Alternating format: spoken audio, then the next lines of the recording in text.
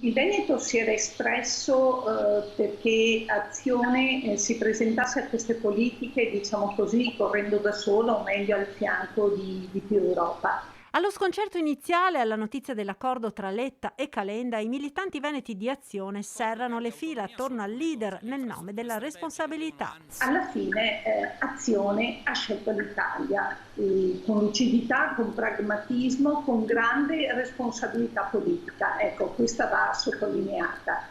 Come dice sempre Calenda, quando c'è da costruire si costruisce e quindi pur consci che la coalizione in qualche modo ci penalizza, ad esempio in termini di percentuali di voti a nostro favore, siamo certi che questa sia la scelta giusta in questo momento. E sottolineiamo a questi che sono i primi ad attaccarci che noi non abbiamo mai fatto alleanze con populisti e sovranisti. Ecco. Il nodo è quello dell'elettorato moderato che guarda con diffidenza alla sinistra così come alla destra e a chi ha tolto la fiducia al governo Draghi, con tensioni che hanno portato alla fuoriuscita di 3 ministri da Forza Italia, con 2, Gelmini e Carfagna, che hanno aderito ad Azione. Da osservatore esterno la cosa un po' mi dispiace perché magari qualcuno aveva visto in Calenda magari colui che poteva cercare di organizzare un centro o qualcosa del genere. Ecco, la scelta di non andare da solo